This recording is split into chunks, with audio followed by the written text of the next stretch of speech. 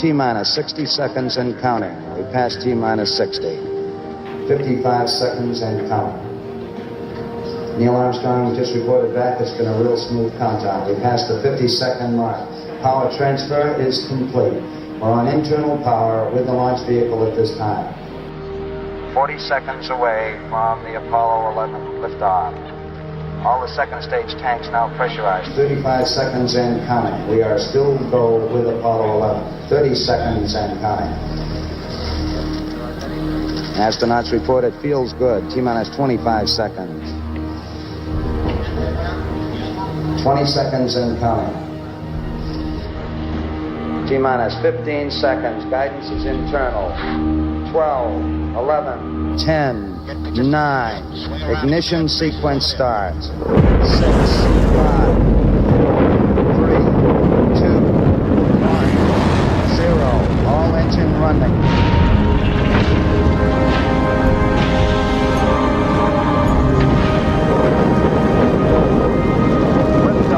We have a liftoff, 32 minutes past the hour. Liftoff on Apollo 11. Power clear.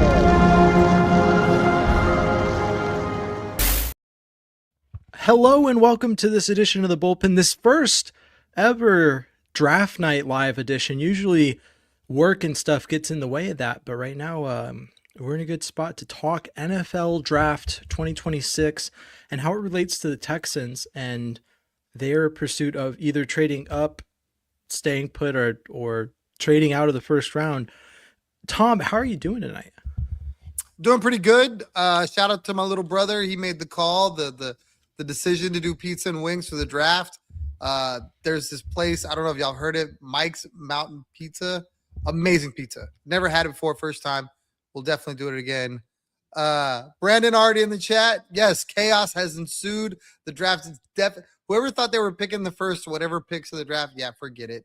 You got a better chance of winning the lottery. So it's been interesting though. Definitely some interesting selections by teams that the Texans see a lot of. Yeah, and let's look through what's happened so far. Like the worst kept secret in the entirety of ever was Fernando Mendoza to the Raiders. I have a coworker who's a Raiders fan. I said, "So you guys ready to take a tackle? You think the first overall pick will be enough to do that? Do you need it?" And so looking at it, you got Mendoza, Bailey right off the rip. A lot of people thought he was the pick for the Jets there at 2. It's really a debate between, do you have a guy who is older and more ready right now to contribute to the team and has more proven stats, proven track record, versus a guy in Arvell Reese who was a little younger, had a little rough stretch towards the end of this last season, really raw prospect, but someone who a lot of people I think expected the Jets to take. Jeremiah Love to the Cardinals. I was wondering what the heck the Cardinals were going to do with 3.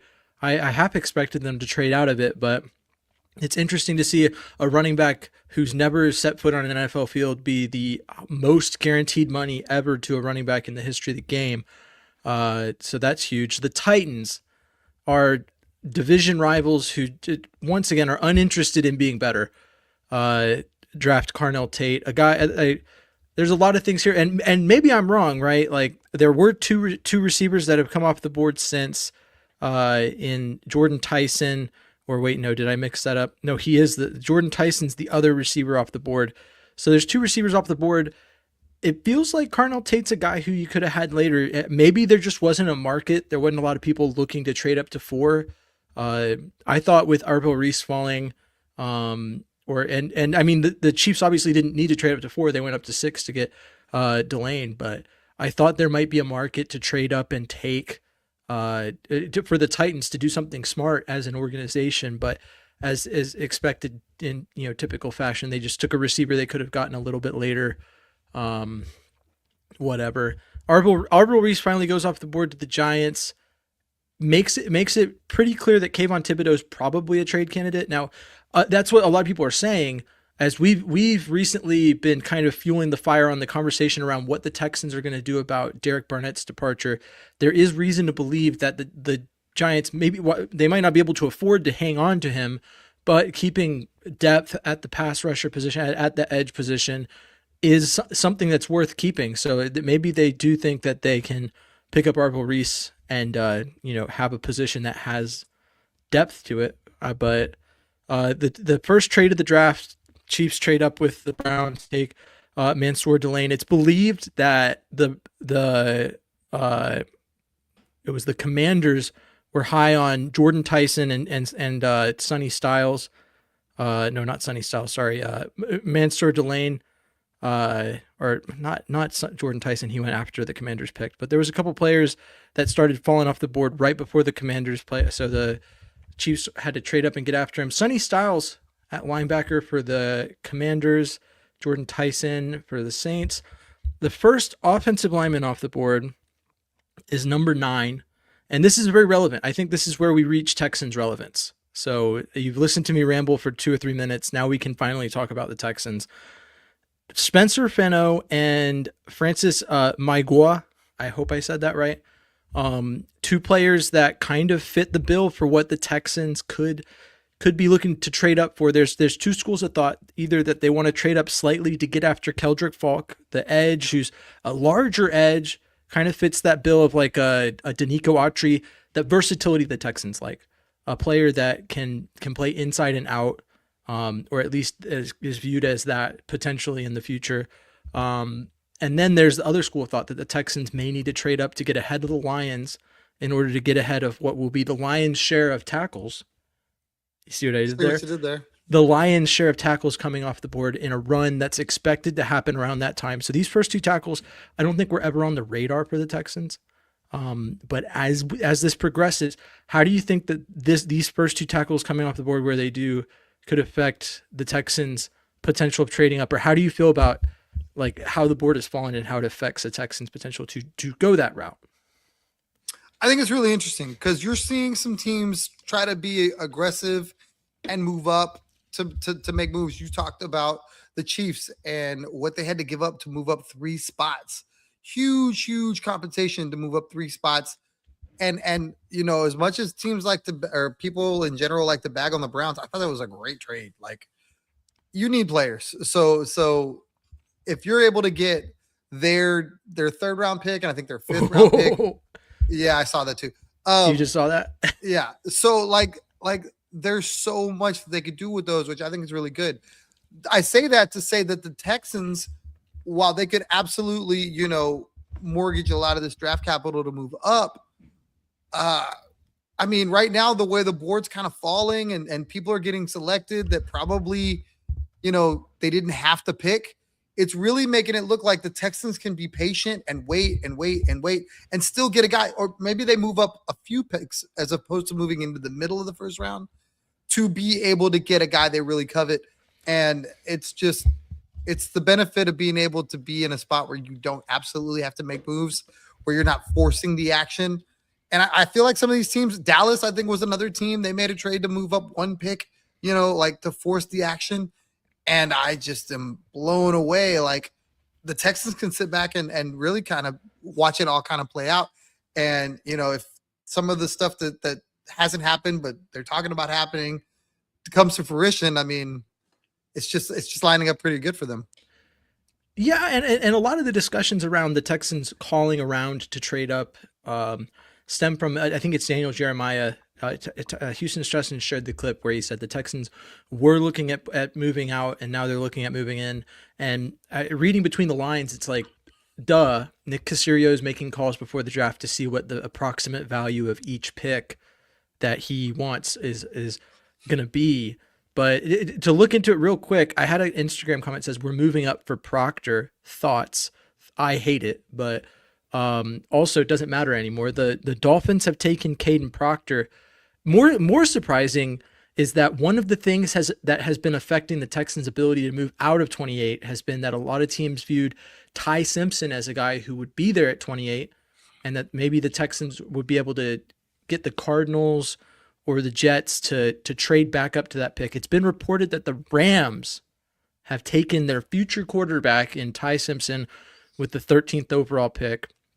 They'll probably get a similar to Pat Mahomes and Alex Smith treatment, where it's Matt Stafford this year.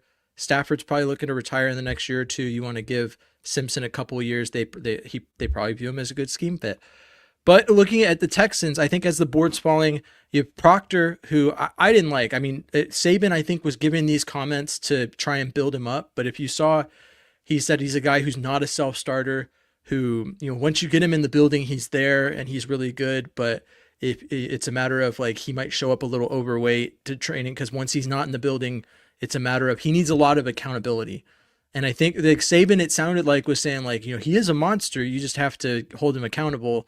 And what I got from that was like a guy who isn't motivated, isn't the right attitude for the Texans culture. There was I think a Lions fan that was like, man, I don't know if I'd want him in the building. The Dolphins didn't see that as an issue because they've drafted him at 12. This is, I would say, is comparable. This, and there was another one I think that went no, this is comparable. It's the same pick as last year, where a lot of Texans fans were like, Tyler Booker, that's the guard we need to take late in the first round. And then as it would happen, the Cowboys had this pick. Now the Dolphins have it. But last year, the Cowboys took Tyler Booker at 12 overall. A lot of people didn't think he was going to be, or thought he was going to be available later. This is also a pick. There's a lot of people in mock drafts that were like, the Texans could get Caden Proctor. And while he's listed as a tackle, I think Lance Zierlein's the one who spawned this conversation of how the league has a tendency to make tackles at the college level come up and try and play tackle and struggle when really their build and their length is more suited for guard. So I think that the Dolphins may like Proctor at tackle at some point, but I think this is a player who's a candidate to move inside. That's a lot of the tackles that are going in this first round are guys that are candidates to move inside. But I think that pick, watching the draft live, talking about how it affects the Texans' chances of moving up, we're entering a stretch where unless the Texans have a tackle they just can't live without, the earliest I could see them trading up is I'm looking at, if you look at Keldrick Falk, and there's mixed reviews amongst the Texans Texans Twitter draft analysts on how he fits. Stressens doesn't like him, doesn't even like him at 28. Texans Thoughts is a fan of his potential and thinks that we're in a good position to take the risk that would be assumed for him.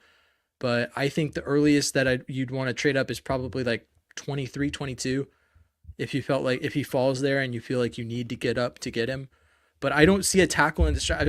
I'll tell you this. Let's talk about this right now. There's a lot of people that think the Texans are going tackle in the first round. I'm just not a huge fan of the move. Like, why are we going to go out and pick a play? And I think you and I are kind of aligned on that.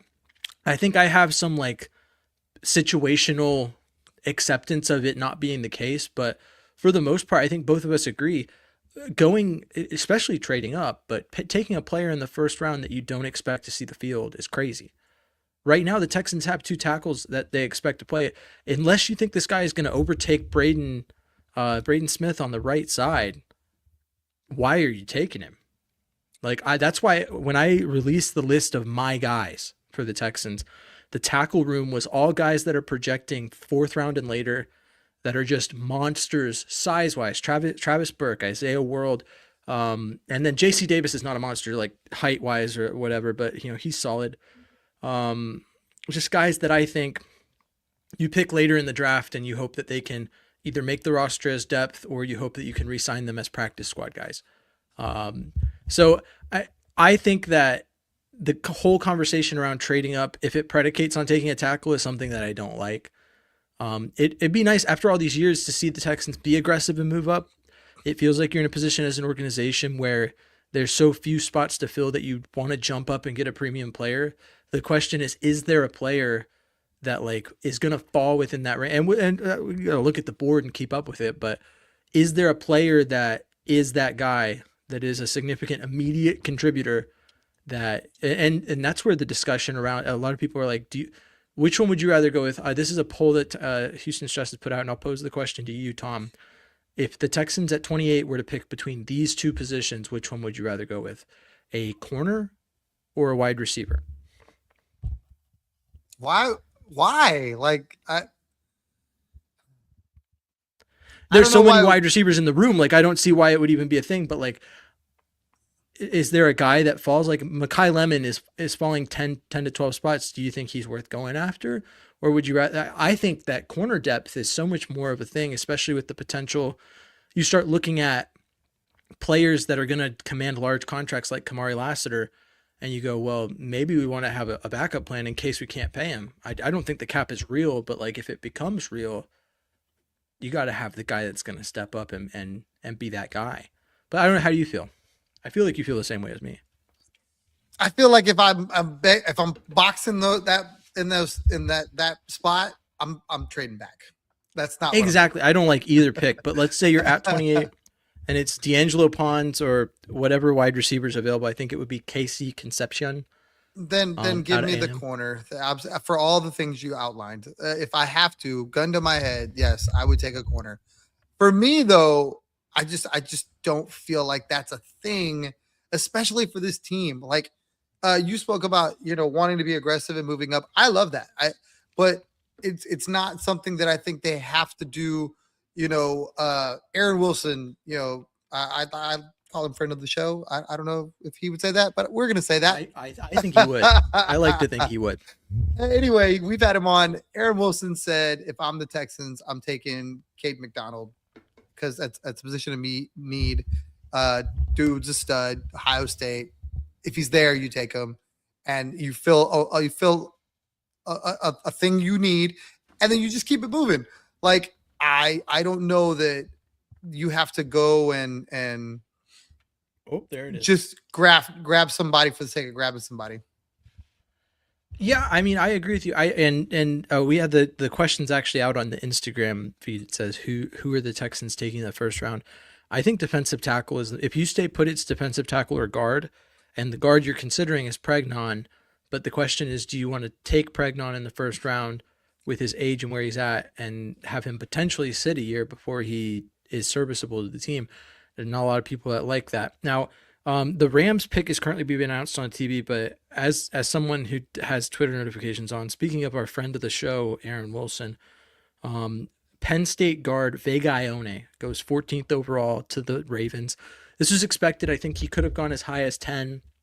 This was, if we were talking about the Texans trading up, this was a player that if he suddenly started to slip, that I was going to be like, okay, well, the Texans, if he's there late in the late teens, you start talking to those teams and being like, hey, what does it take? How can I get up to your pick? Because I'd like to make it. And I know who I'm writing on the card.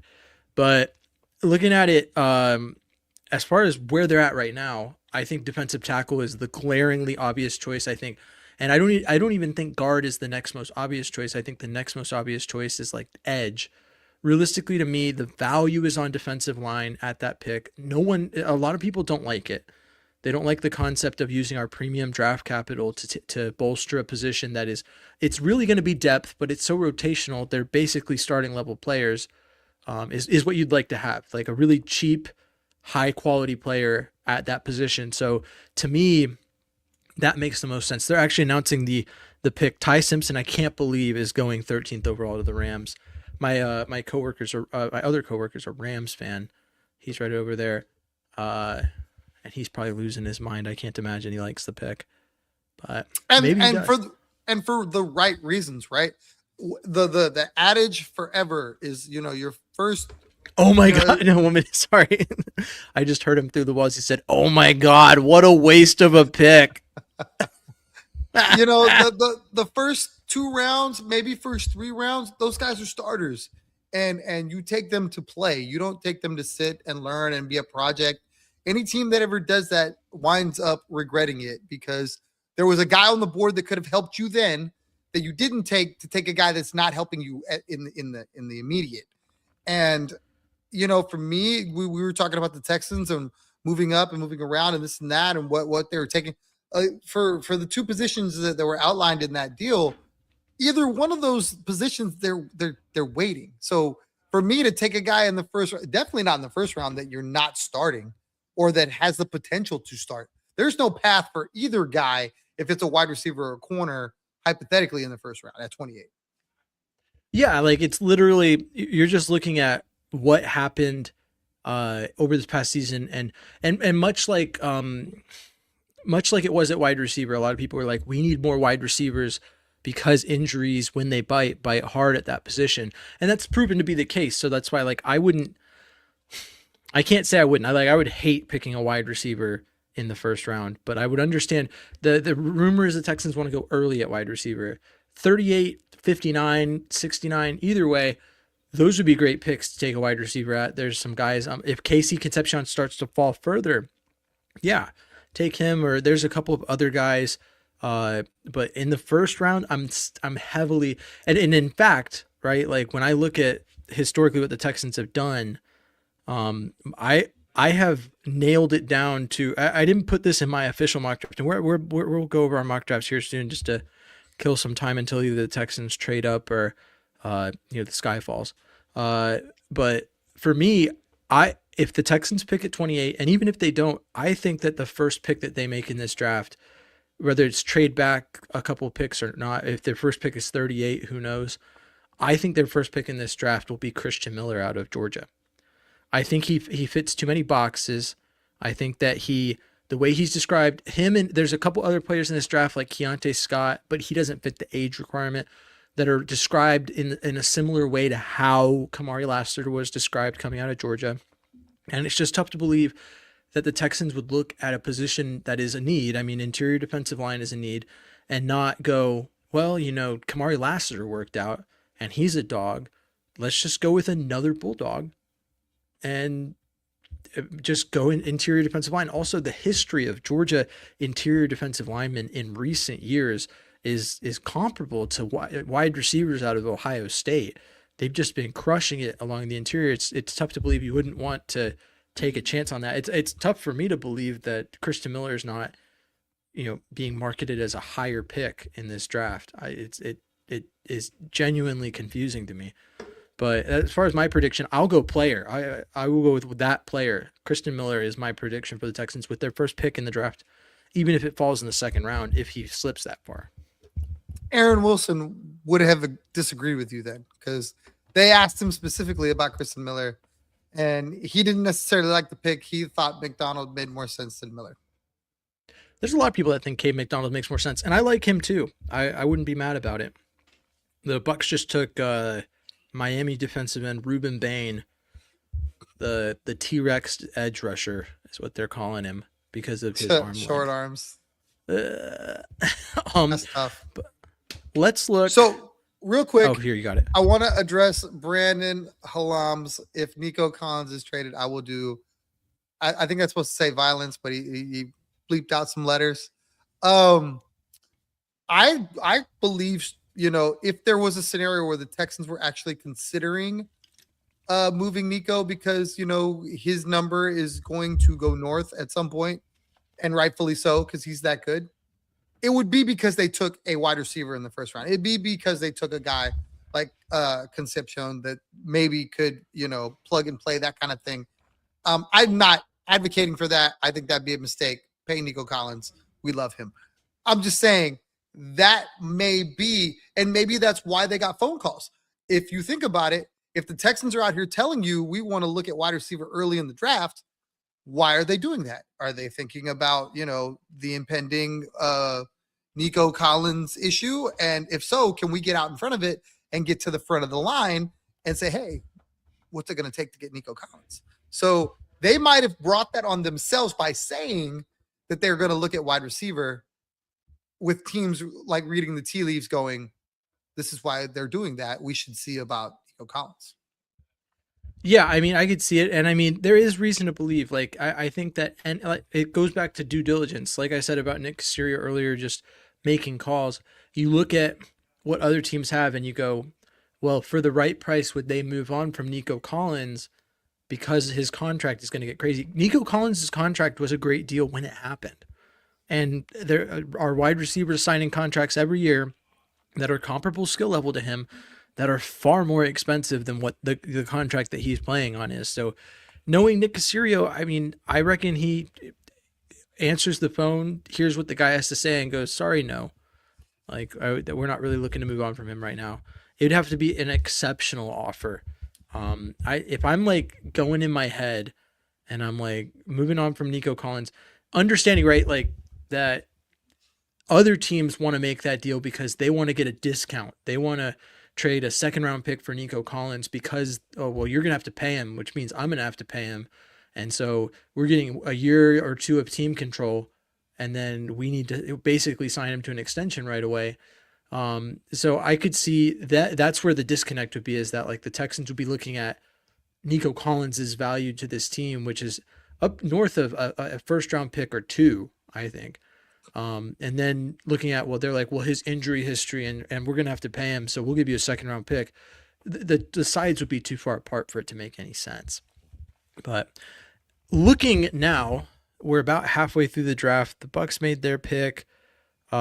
Jake Rodriguez is in the Instagram chat. Jake Rodriguez 03. If you're the Jake Rodriguez from Texas Tech, please drop one of these in the chat.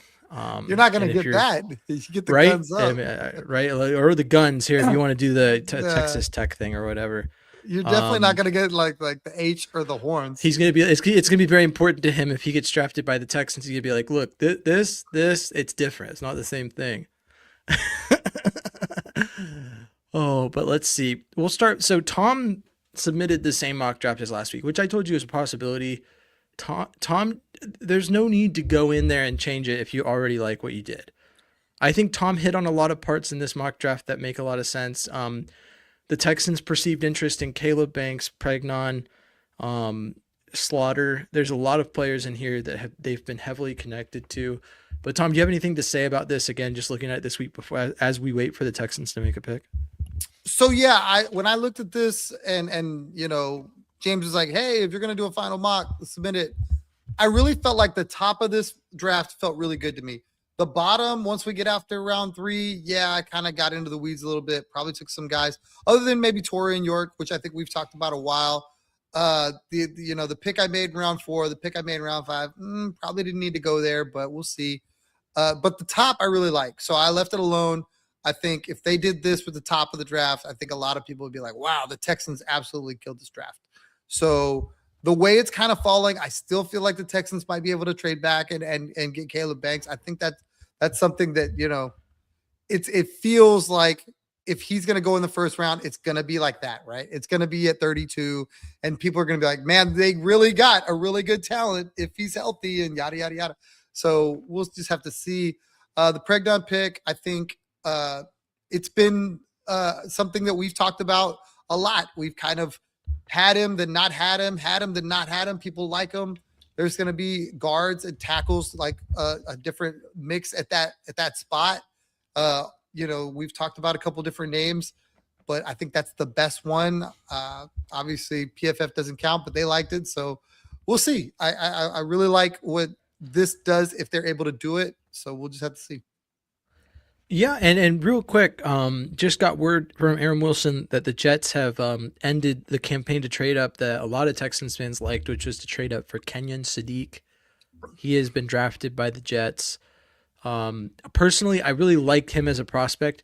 I just couldn't see spending so much draft capital on a tight end. Once again, going into like obviously he would immediately it'd be like 1A and 1B with him and Dalton Schultz, but do you need two of tight ends of that caliber on the same team? You never have too many weapons, and I mean, but I wasn't a huge fan of that potential trade up, so that one's off the board. Looking at your draft, what I like about your draft a lot is that you addressed, even though you went 2 defensive and interior guys, I mean, the rotational nature of that position, I don't hate it. But also the other part of it is that you addressed, 2 interior offensive line guys. You get a running back. You set up to address a lot of the offensive side of the ball. And then you also cut out a lot of, like, the Texans have historically over the past 3 years not kept any player they've drafted after the 4th round, except for, oh man, I'm blanking on his name so hard right now. A linebacker out of Oregon. Hill? Yeah, Hill out of Oregon. He's the only one that they've drafted. Him and I guess over the last 2 years, because I know they have Toa and Patterson are also the later picks that they've kept on the roster. But generally speaking, they don't keep a lot of those guys. So like even throwing stones at a third defensive interior guy in the 4th round is like, maybe they keep him, maybe they don't. They're kind of reaching a point where the roster is so saturated with talent that who knows if a 4th round pick would make it at this point.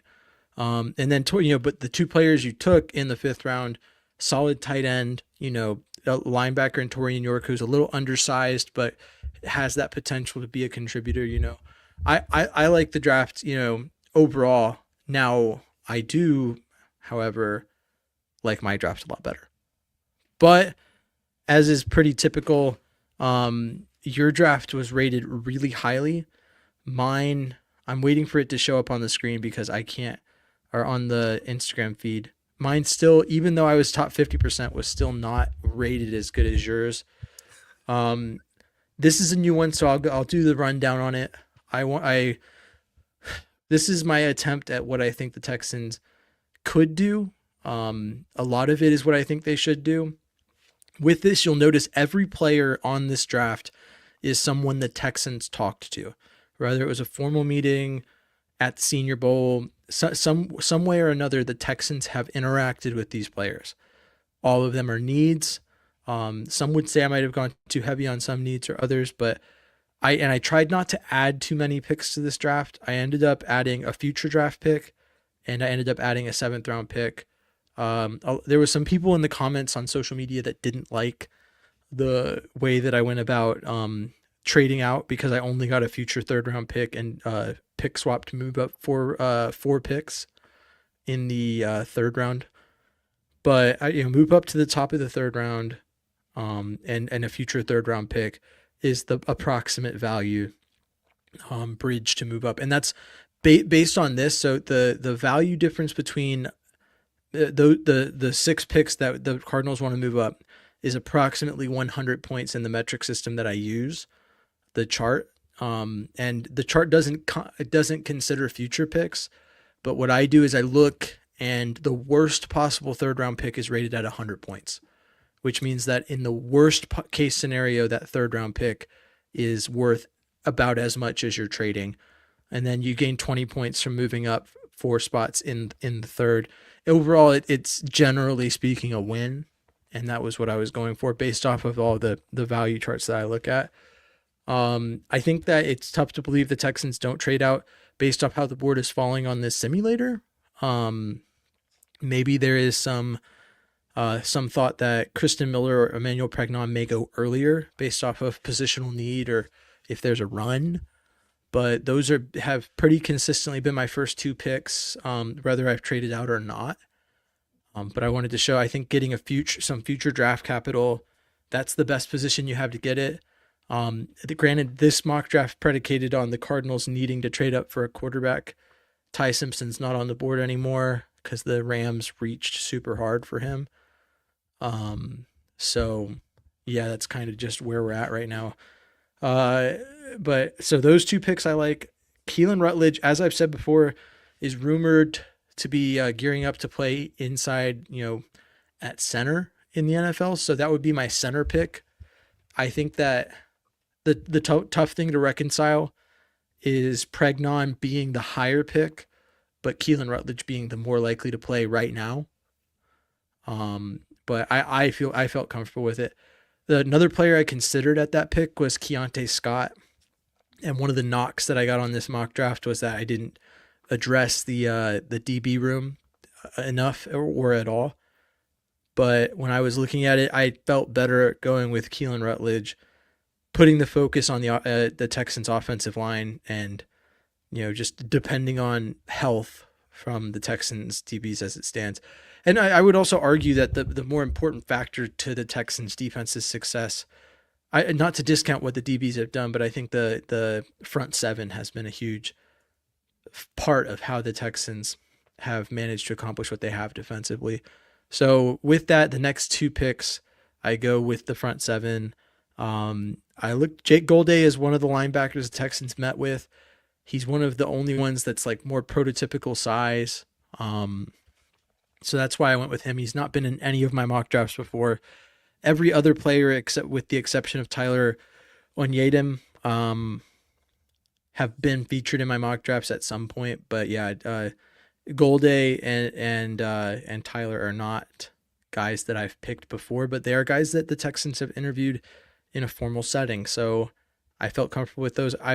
My pick at 106 for the past like 10 mock drafts in a row has been Anthony Lucas. That's just kind of been who I think it's safe to say the Texans are likely to make that pick just because he wears, you know, USC colors. That, you know, USC and Iowa State, Minnesota, those are colleges that they just seem to like the colors of. Uh, so easy pick for me. From there, at 152 or at 141, I felt like I was going to be reaching on whoever I wanted to take. So I tried to find a partner to trade back with, ended up settling on the Cowboys, just to get back 10 spots and pick up a 7th round pick. And then from there, I just ran Katron Allen. I like him, fits really well in the gap scheme.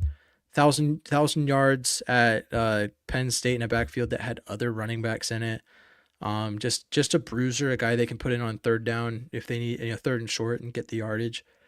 And kind of lends credence to like the thought process that David Montgomery and Woody Marks are going to be enough, and that you're just looking to get a guy who can a gadget guy who can do something very specific in that room that you're going to need. So with that, then in the same vein of like wanting to be able to run the ball, Eli Reardon is a guy who a lot of people think is going to be probably picked maybe a little sooner. He's in kind of this like ballpark of tight ends that's mostly a run blocker, and his receiving upside is not why people are looking at him, because it's not there. But I'm looking for a guy who can go on the field as a tight end and be the 8th offensive lineman, basically. Just stack the box with as many blockers as possible. And then in the vein of the conversation I had earlier about going for tackles that are like more projects, I think in the 7th round, Travis Burke out of Memphis, he's 6'9", 350 pounds, an absolute monster of a tackle. And I think given the time, worst case, he overtakes Blake Fisher for a depth spot, or I'm spacing super hard. Who was the starting right tackle last year? That's something I should really know. Trent Brown. Yeah, Trent Brown. There we go. Man, I don't know why my brain just went numb there. It's all good. It's hard. There's a lot going on. There's just so much going on. But I think that even so, as a 7th round pick, he's hard pressed to make the roster. Those could end up being your depth guys, and then you have Travis Burke on the practice squad. Although a lot of people see him moving up a lot higher than that in the draft, his stock has been going up because I think fans start to notice what GMs have already been looking at, which is that Travis Burke is 6'9", 350 pounds. And so it's kind of raising his draft stock in the public's eye when it's already kind of been, the Texans have met with him. A lot of teams have met with Travis Burke, and I think are aware of what he is as a prospect. And then on this last pick, I got a question from someone that was like, why didn't you address corner or go DB at this pick instead of another interior defensive lineman? And honestly, it's a 7th round pick. Like, this guy's probably may or may not make the roster. There's a lot of, I think someone said that he's projecting a little higher than this on other boards and that he may not be there. But either way, the 243rd pick in the draft is not someone I anticipate contributing to the Texans. So even if I did go for a DB there, what would it do? It's not like we're finding a diamond in the rough there. I mean, that's the hope. You hope that you can make those picks hit, but they don't hit at a high enough clip rate for me to be like, I need to get a DB here. But Tom, what do you think about this mock draft? This mock draft is, and much like all your mock drafts, and why PFF I think just doesn't love you, is because you are dedicated to your guys. I hope that all of these guys know how much you value them, because you have mock draft. You've mock draft some of them faithfully, regardless of pick, regardless of condition. Like, you took Keelan Rutledge, and you had no business taking Keelan Rutledge. Like, I get if you want to say, okay, maybe he can play center. I get that. Fine. But then, don't take Pregnon, and then you have the combo guy that you can use. They have both to take two guys in the second round that neither have a starting spot. And there's a good argument that it'll be tough for them to get it. If he beats center, cool. I mean, I just think that you really want your center to have some kind of relationship with the quarterback or be a veteran so that he's had the, call the protections and be on the, the right, communication with the quarterback. And as much as we would like them to address center or at least provide competition, I still think, Andrews would have to lose the job. I think if he performs adequately, he probably keeps the job. I don't know that a guy can come in out of the draft and just move him unless Andrews is just awful. So, this will be his second year with CJ. They're going to want the continuity. I think if they were going to bring a veteran guy that had been around other quarterbacks for a long period of time, maybe to bring a guy in from college that's really young, I don't know if they're going to do that. So that's kind of like where I'm at. Like, I think you got dinged for that because, yeah, you addressed the need, but you addressed the heck out of it. And then, to the point that the guys made about not addressing, safety, DB, whatever corner, I think there was potential for you to do that at 167. There was a potential to do that at 218. And you basically were like, these are guys I like. The Texans have talked to them. Bring them. And I think that kind of dinged you too. So there are also needs.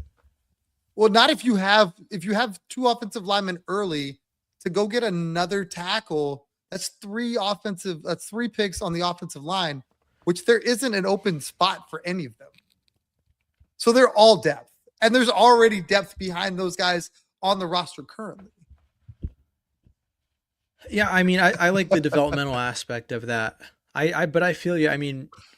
Like I said, I guess you get a better shot at getting a DB if you go that route there. But with those picks, Raridan, I feel better about making the roster as a blocking tight end. I feel like that's a huge need for this team. Here's the run on tackles, and the Texans haven't traded up, so I don't think it's likely that they will. So, did the Panthers trade up?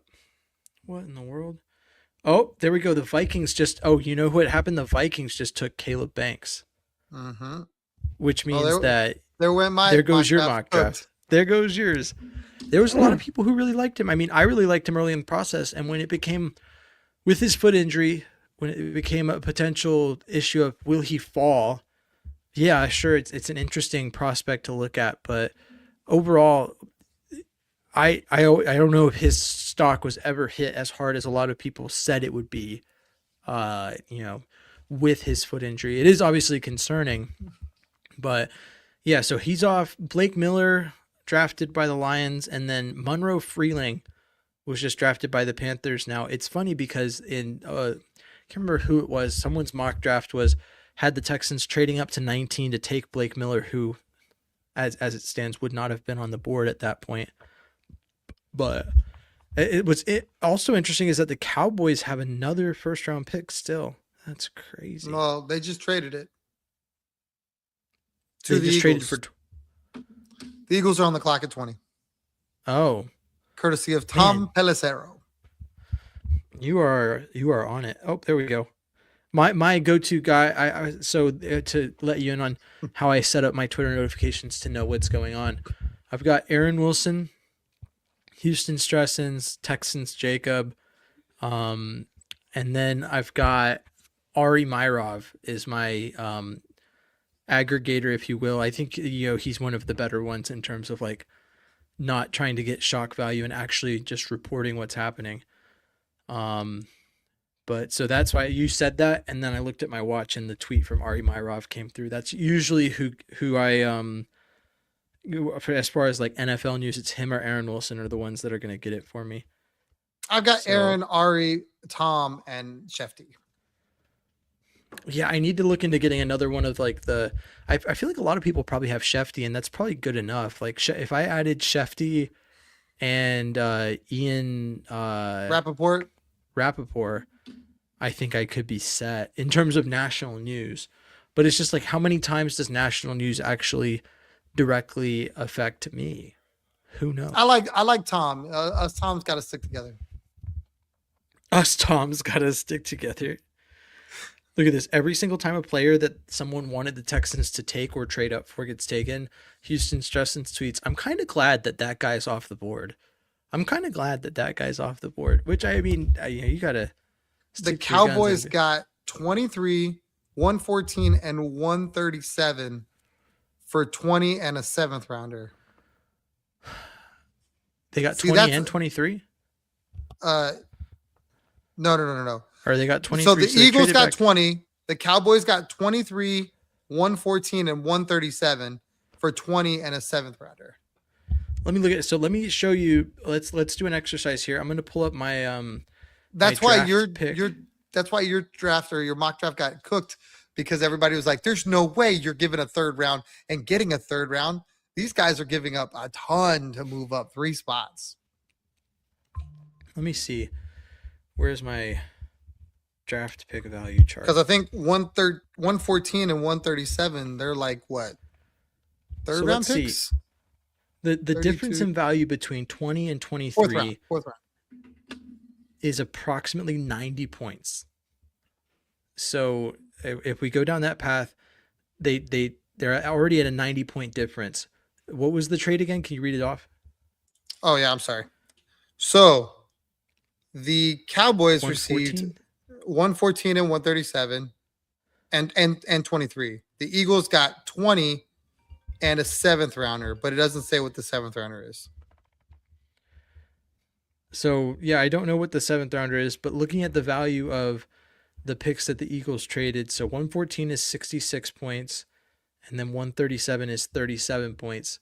So that puts them at approximately like just over 100 points. So the Eagles, I guess by some metrics, overpaid. It depends. Like that 7th round pick, to be fair, 7th round picks at most are valued at 4 points, and almost like more than once you get past the first 10, they're valued at like 1 point.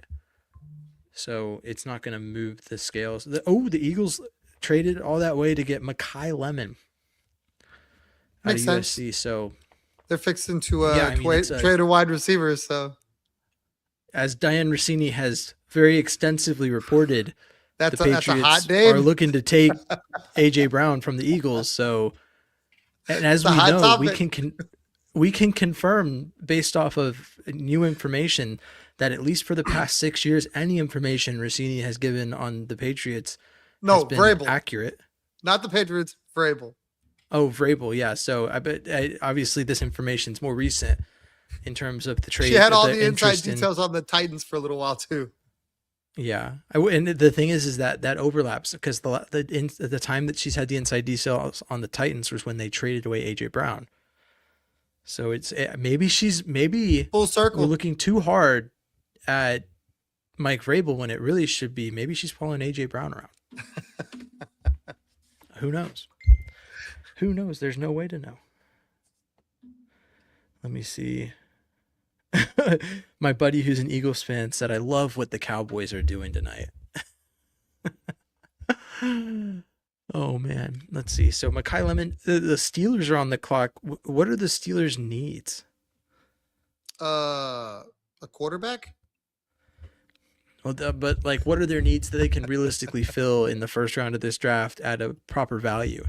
That I don't know. Let me see. I need to exit out of the draft and get into the war room where I can see what's available. Now, one player that Stressens called out as someone he really likes, that if they were available for the Texans, he would love to see them go after, is Akeem Mesidor out of Miami. And we're kind of entering that window where he could likely come off the board.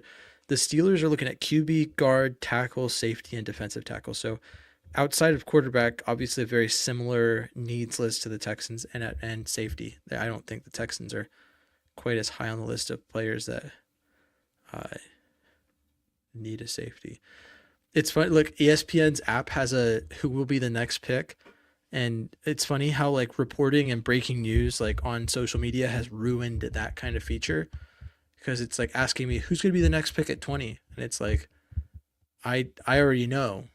They already told me. I am now aware of that. So I don't We need are all to- insiders now. I was right. We have it because I before Mel already knew the Kiper. answer.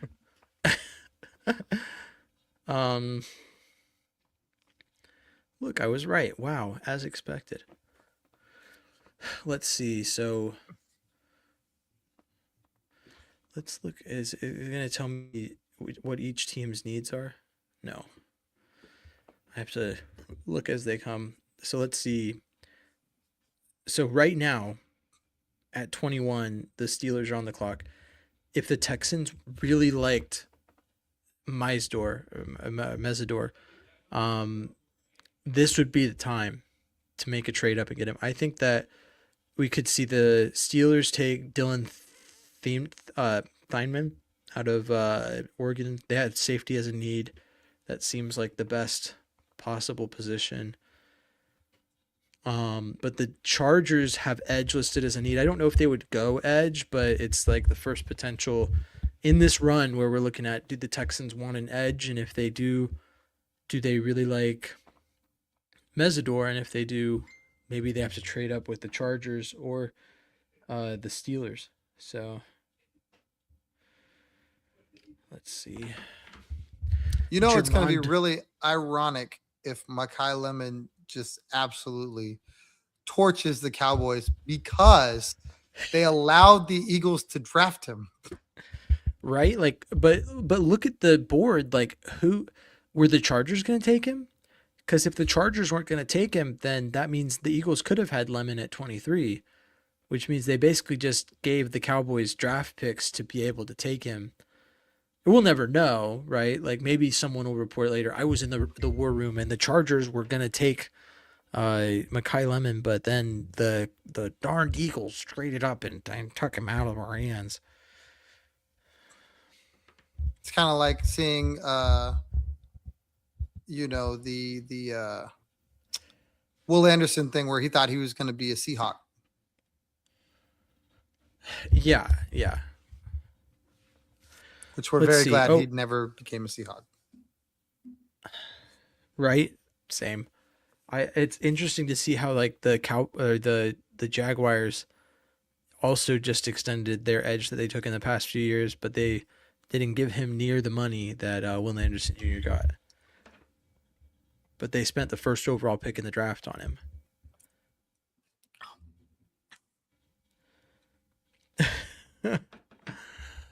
Goodness. Let's see. Curious to see what the Steelers do here. Has there been a tweet? I haven't seen a tweet that's broken. Usually at this point on the clock, you kind of have an idea. They who probably they're have gonna a hard time figuring out what they're going to do too. Right. And here's so Texans Jacob just tweeted this, and I think it gives a lot of context that the pick is in at 21 for the Steelers. I don't know who they've taken yet, but Max Ianacor, Peter Woods, Caden McDonald, Chase Basantis, Keelan Rutledge, who, by the way, speaking to during my mock draft, how you talked about his value, there's been a lot of insiders and draft analysts that have pushed up his value to the second round, which is why like picking him at 59 didn't feel out of pocket for me, even though PFF believed it to be the case. We won't know until we know. Right, we won't know until we know. And that's the thing too, is that there, as many players as there are that people are like, oh, he'll be available for the Texans, and then he goes like 20 picks ahead. There's also those players that it's like, oh, his stock is rising, he's going to be picked in the first round, and then it's like, okay, well, that was a lie. Like how many Definitely. teams were planning on trying to get at Ty Simpson? And now he's the Rams said, no, we're not doing that. But in the same vein, I mean, there's got to be guys that people were expecting to go in the top 15 that are still on the board right now. And it's like, what do, you know? Yeah, exactly. But there's a lot of nice. He's got 6 players listed here. He doesn't list Christian Miller, who's also there, and Emmanuel Pregnon. there are about 8 players that fit needs for the Texans that are on the board, and at least one of them will be there when the Texans make their pick. So knowing the way that Caserio functions, like when we knew the Texans needed a corner in the draft that we took Kamari Lassiter, we watched like that board very closely, and as the Texans pick approached, there was no run on corners until right before they picked. So it kind of like it very, very much telegraphed that the Texans didn't need to make a move unless they just really liked one of the guys. But they obviously had like a blanket. They had cast a wide net of like guys that they liked at that position. So yeah, man, the pick has been in a while. Has no one reported what the Steelers did with this pick? Not Steelers that I have. keeping this under lock and key. Jeez. Good for them. Oh, here it is. Oh, the Steelers take Max Ianacor, tackle out of Arizona State.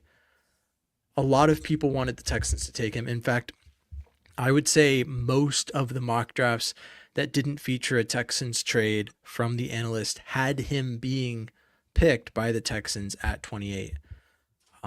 Obviously, the Texans didn't feel the need to make a move to ensure they got him. They're either really frustrated or don't care at this moment. Like I just said, I mean, there's so many players on this board, and tackle, you'll notice on the list that Texans Jacob put out, tackle, he's the only tackle mentioned.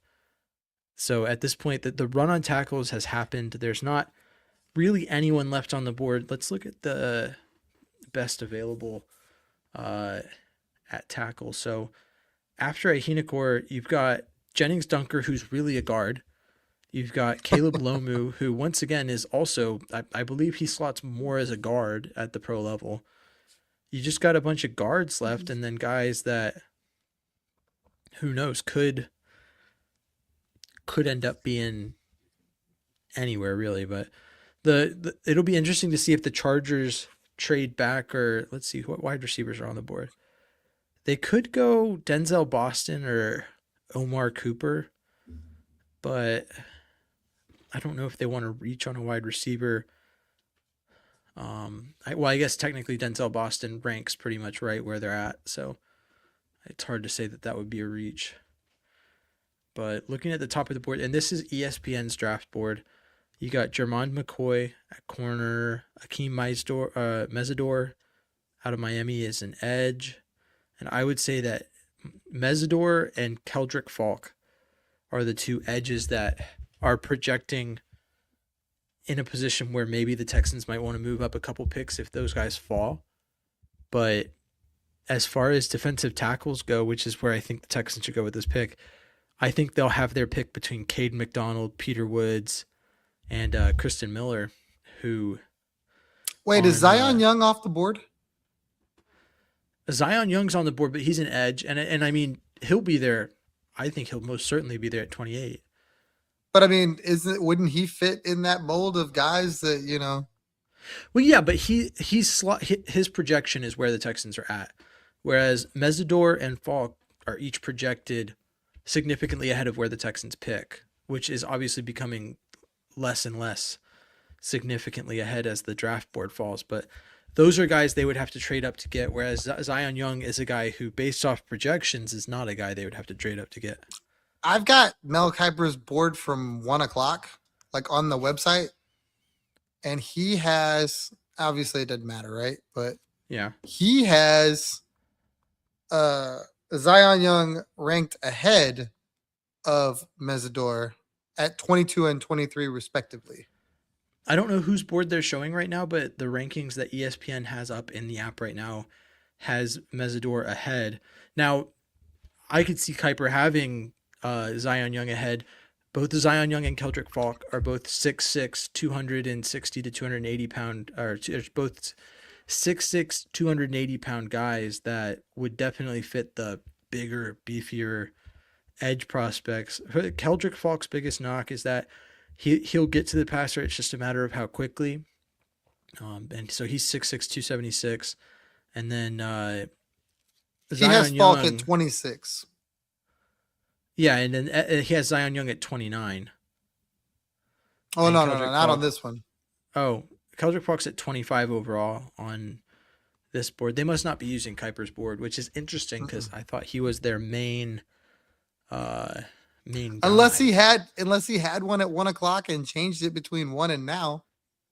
But this is his ESPN.com. He wrote it, came out at 1:00. Well, I guess at noon our time. It was 1:00 Eastern. So I'll say this in echoing the sentiment that Houston Stressens has been expressing throughout the draft. I'm kind of glad that Max Iannacor is off the board. I've said it once. I'll say it 1,000 times. Tackle in the first round on the offensive side of the ball just never made sense to me. Unless we're talking about Jennings Dunker, who is a highly motivated guy. He's got the best flow. He shouldn't be drafted in the first round. Let's be honest. I think. I don't think he should be drafted in the first round. But if we're looking at guys like that's someone who would basically be a guard pick in the first round, which is fine by me. That's a James Roy guy. He's one of my guys, but that would be in the vein of like we talked about how a tackle taken in the first round would have to pretty much be able to supersede Braden Smith. A guard taken in the first round, I think, should be expected by game 8 of this season, which I think is a long reign. Realistically, should be able to take over at the start of the season, but is a guy who should be able to get onto the field ahead of Wyatt Teller, because realistically, you extended Ed Ingram. He's your guy. You view him as a younger guy who you have faith in to be good for a few years. I would say that Wyatt Teller is a veteran you've signed to ensure you have insurance at the left guard position, but if you're drafting a guard that early, you should expect that guy to take that position as quickly as possible. Let's see. And here we go. Stresson says he would take Travis Burke in the 3rd. I think the biggest thing is that we're really seeing how using PFF as our mock draft simulator, we have like this perception of like, oh look, see there it is, Akeem Mesidor to the Chargers. So that we would have had to have traded ahead of them to get him, and at that point, then Max Iannacor is on the board. Who are they really trading up for? But yeah, at the end of the day, I agree with Stressens here that Travis Burke later in the draft would be nice. I do think it's interesting to see how our use of our mock draft simulator has been relative to what's actually happened. It's really, really tough. I mean, really, really tough. Like there's just so many moving parts. It's really hard to like nail, even though you think you know the positions, you think you know the guys that'll be available. It's really tough. It is 100%. The Cowboys are on the clock now. Now they have needs at cornerback, linebacker, edge, and tight end. It says their best fit is Keldrick Falk, who is the player the Texans have been rumored to be calling up, to trade ahead to get. So if they take him, that's one guy off the board. But the best player available per ESPN is Jermon McCoy. And if ESPN is listing the needs in the order I think they are, CB would be the larger need for the Cowboys. As someone who doesn't watch a lot of Cowboys football, I can't say for a fact whether or not I know that that's their biggest need, but who knows? And then looking ahead, the Browns' needs on ESPN are listed as quarterback, wide receiver, guard, and corner. I think that's a potential pick where we've talked about everyone has assured me that there's some people that think that Emmanuel Pregnon will not be available, and there's no chance. And there's other people who have assured me that he will be available at 28. I think the Browns would be the next true test of that, with guard being one of their needs. Now, they did draft a tackle early. They do have Titus Howard, but they're losing both Joel who can't play guard. Yeah, I think that Titus Howard slots as a guard for them at the moment. I think that they still need to replace both Wyatt Teller and Joel Bitonio. So I think that they may end up going Emmanuel Pregnon there. They could go Keelan Rutledge. That would be another test of, is that guy actually valued lower by PFF than maybe he should be? But interesting to see who the Cowboys take. What are your thoughts? So as we inch closer to the Texans pick, and looking from here in between to who's picking, we've got the Cowboys are up right now at 23, and then you'll have the Browns, Bears, Bills, and 49ers in between. How are we looking going into the 28th pick? Do you think, are your odds going up that the Texans trade up? Do you think it's more likely they trade out? What's up? I've been on the trade out train for a long time. I still feel like it is. I think if they would have traded up, it would have been like somewhere in the middle. It would have been something splashy. I don't think they're going to trade up. I could be 100% wrong, but I don't think they're going to be, interested in trading up 4 picks or 3 picks for a guy, that again, when you look at their roster, just who that's left out there could possibly usurp somebody. I just don't see it. I think it's going to be really tough. I think they know that. I think that's why it's been rumored that they were going to trade out. I think, yeah, they could take a guy and just, the best player available, that kind of thing, but definitely wouldn't trade up to do it. You would wait till 28 and then see what's there. And if you didn't like what was available to trade back, you take the guy that you got on the board at the top. Yeah, I mean, I'm interested to see, because Ty Simpson's gone, if there's even a team that wants the Texans pick. Like, is there a team who's dying to get up there because of their needs? Because so far, like when you look at it, looking at second round picks starting in the second round, the Jets and Cardinals have been the two big names, and maybe the Jets they have needs all across their interior defensive line. Maybe they're like, oh, if the Texans will give it to us, we'll give them a good amount of capital to take Cade McDonald or a interior defensive lineman that we like a lot more. And then the Cardinals, what motivation do they have to trade up? Like who do they need? I don't know. The Titans, I don't think would give the Texans the time of day.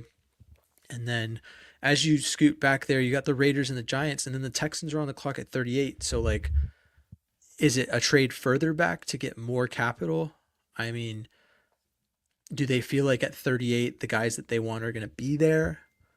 That's realistically the discussion to be had around the Texans' potential trade. Because I don't think there's really much potential for them to trade up at this point.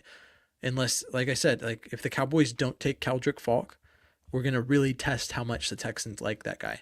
The Browns don't need him. But I need to see it as it comes, but I'm not quite sure that there's another. Oh, look. Oh, the Cowboys made a pick. They drafted Malachi Lawrence.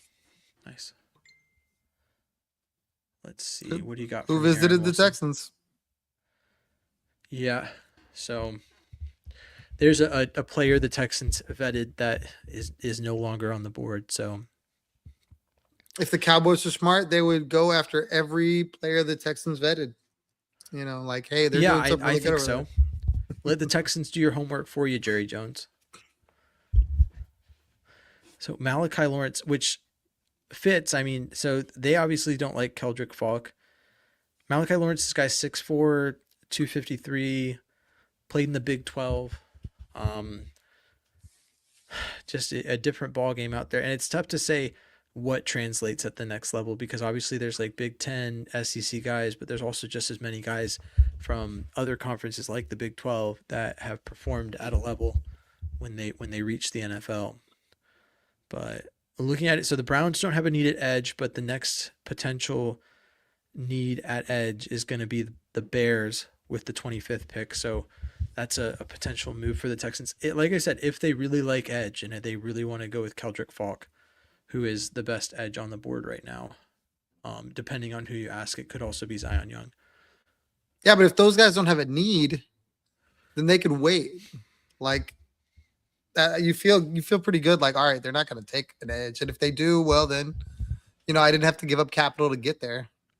Well, yeah, but I guess the thing here is that the Browns don't have the need, but the next team picking have that need. So if you either would have to pay the premium to get up to the pick where the team that has that need is, or you can pay the Browns maybe as much or a little less and get up to a pick in front. But although the Browns could see that you're trying to get in front of them and also charge you a king's ransom, who knows how it would go. Which were But probably Browns picks at some point. I think the Browns here, they have a few different ways they could go with this pick. Realistically, their biggest need that is at value here is Denzel Boston, the wide receiver out of Washington. But like I said, they do need guard, and maybe they think that like when do the Browns pick again? Let me look. So I don't think the Browns pick right after the Texans in the next round at 39. So knowing that the Texans are at 38 and 28, I think the Browns could look and go, maybe we need to take a guard right now. Or they could look to trade in front of the Texans at 38 if the Texans don't take a guard at 28. And that's just with our lens, knowing that the Texans are there. The Browns take Casey Concepcion. Ooh. So obviously they don't believe that they need a guard that bad. Or maybe again, all of this works in the Texans' favor. Keep taking these guys that the Texans have no interest in, and then they get their pick of the litter when it's their turn. Exactly. I mean, the board, I think, is shaping up very nicely. And if you look at Twitter and you see that tweet on my feed, that's because I just thought it out loud and I'm putting it out right now.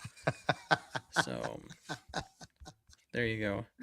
You guys are getting a live look at how my thought process works. Let's see. So Casey Concepcion. So I think that the Bears I don't know how much they like Keldrick Falk, but that is a need that is certainly on their radar. And then you've got Jermon McCoy is still right there, but they're looking. Honestly, it's kind of surprising Dylan Theinman has fallen this far, and Emmanuel McNeil-Warren. So I think the Bears could end up going safety. As I said earlier, if ESPN is listing these needs in the correct order, safety would be the need that they should address. But the Bears also have a need at defensive tackle, and they could believe that they need to do that now with the Texans following up shortly thereafter. But I think it's shaping up really nicely. I don't see the Texans being very motivated to move off of 28 at this point. We're sitting on the 24th pick or the 25th pick on the clock.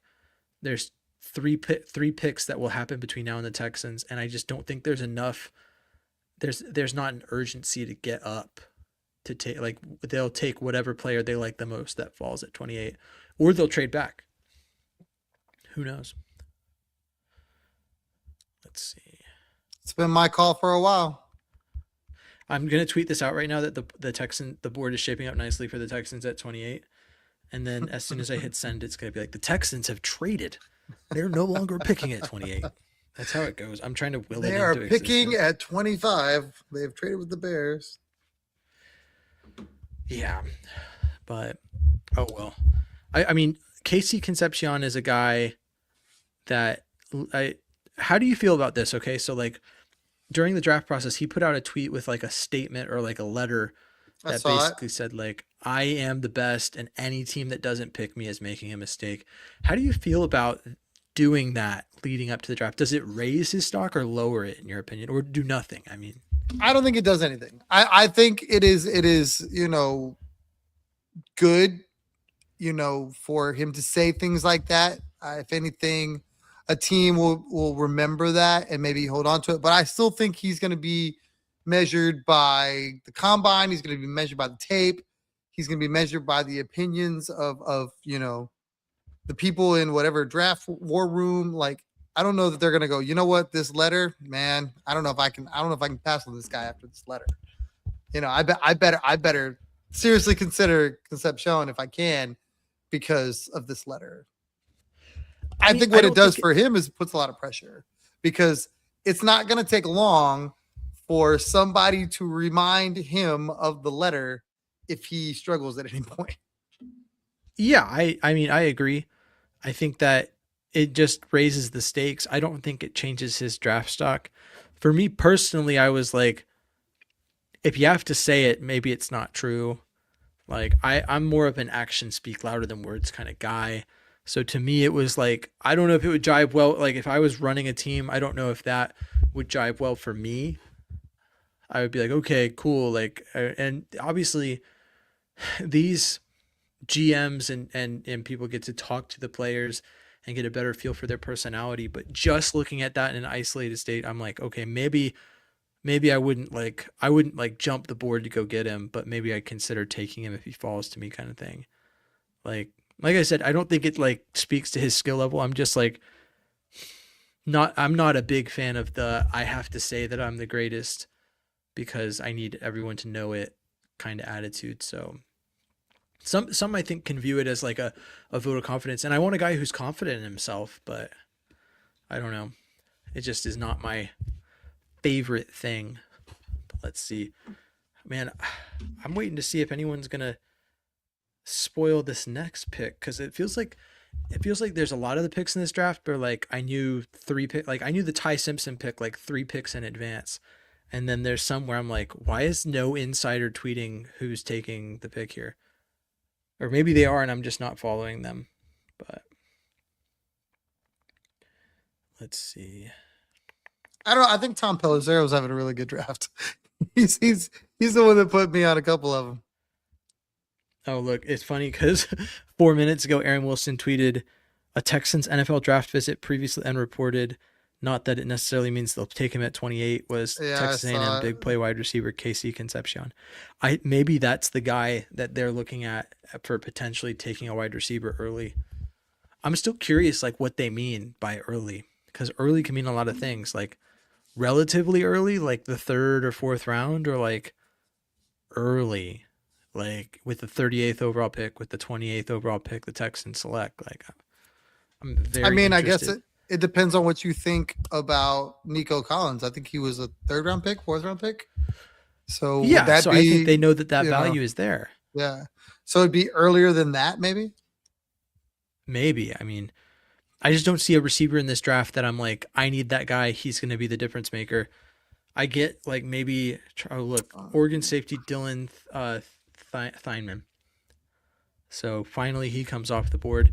There are now 2 picks between when the Texans make their first selection, potentially. And to recap, I mean, the past 2 years, the Texans have traded out from comparable positions in the draft into the 2nd round and not made a first round selection. If they were to pick at 28, it would be the first time that Nick Caserio hasn't ruined the draft party, quote unquote, in 2 years. So, and the last time the Texans selected in the first round, they took, Will Anderson Jr. and CJ Stroud.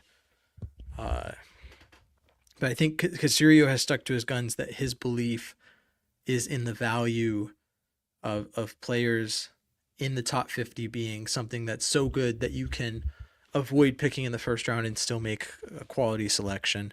And he's done that. I think he's really hit on that. He's gotten a left tackle and a starting cornerback out of that thought process. So that's just obviously looking at the drafts where he's traded back into that position. He's got other selections in that range. But let's see. So the Bills are on the clock. They have needs at wide receiver, edge, linebacker. Houston traded up 2 spots to Buffalo, spot at 26. Ooh, Schefter. There we go. There we go. Oh boy, here we go. On the clock. Texas on the clock. On the clock. Let's do it. Interesting. Where do they go? On the clock. Where do they go? That's the question. That's what the famous street philosopher Axl Rose once asked. Where do we go? Where do we go? Maybe it is McDonald. Maybe it is McDonald. Maybe it is. Maybe they just think that they needed to, because who picks after Buffalo? Who's next up in that? Is the 49ers, San Francisco. And I think San Francisco is a prime suspect to go interior. So.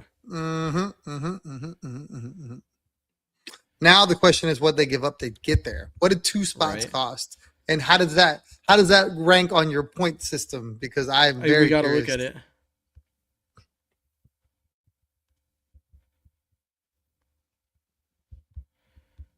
Let's see. I'm like refreshing frantically. Frantically. Any and every piece of it. Oh. Let's see. Texans on the clock at 26 and 91 in exchange for 28, 63, and 168. Geez, 63. They don't even have 63. Apparently they do.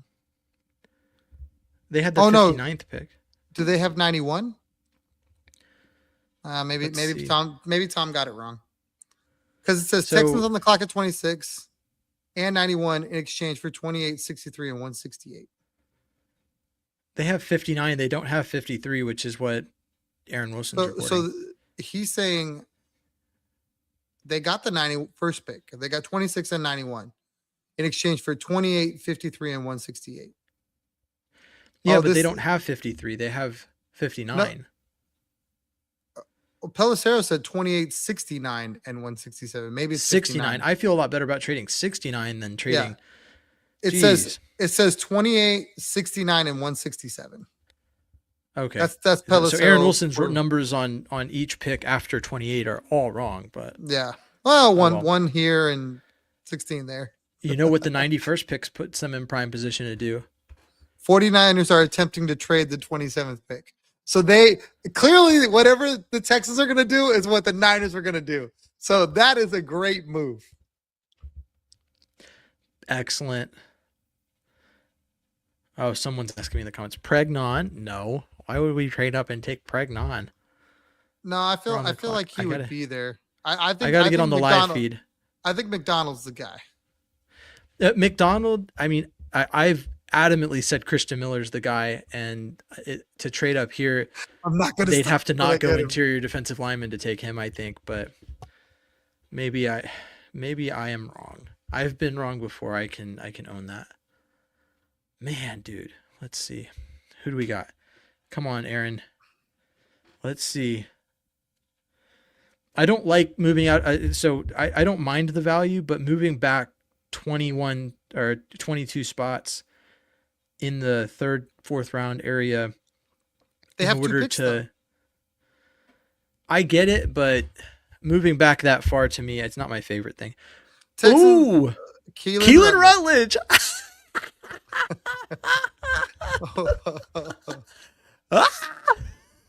Wow.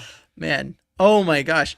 Remember earlier when I had him on my mock draft So way you're late telling me and- the Niners were gonna go there? We're gonna jump.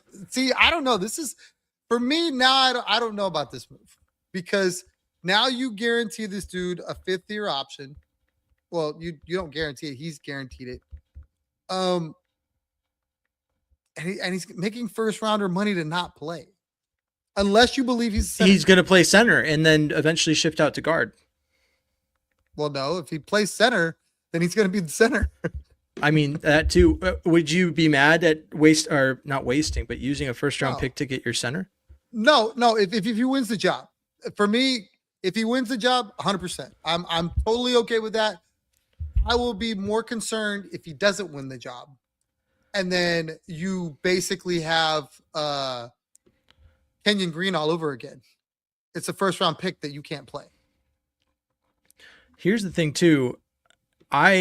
So this still plays into my same thought process to an extent, but it is interesting to see that they traded up in the first to take a guard who was widely perceived as a second round pick. as late as a month ago was perceived as a third round pick. Like that was after his stock had climbed a bit.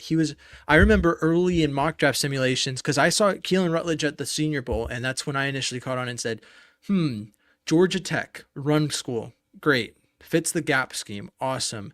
Aggressive, hard-nosed, has a picture that looks like Brian Cushing against the Browns a few years back. Perfect. He's a perfect fit for the Texans. He's got it. But looking at this, the Texans going up and getting him here is throwing me for a loop. But I don't hate it. I do have my reservations with it. Just like you said, I mean, going up and getting him, he has to play this year, which means that the Texans have said that they view center as a position that needs improvement. He's listed as a guard, but wants to play center. At least that's what's being reported.